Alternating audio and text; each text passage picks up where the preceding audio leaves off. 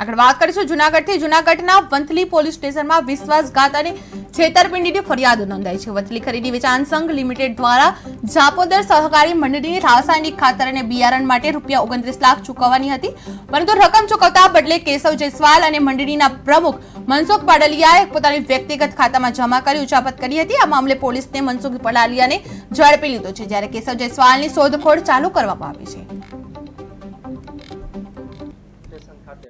વિશ્વાસઘાત અને નાણાકીય ઉચાપતનો ગુનો દાખલ કરેલ છે। જે બનાવની વિગત એવી છે કે વંથલી તાલુકા સહકારી ખરીદ વેચાણ સંઘ લિમિટેડ નાઓ દ્વારા જાપોદર સહકારી સેવા મંડળીને રાસાયણિક ખાતર અને તથા જરૂરી બિયારણો વગેરેની આપ-લે કરવામાં આવતી હોય છે, પરંતુ જાપોદર સેવા સહકારી મંડળી તરફથી 29 લાખ જેટલી જે રકમ છે એનું ચૂકવણું કરવામાં આવેલ ન હતું।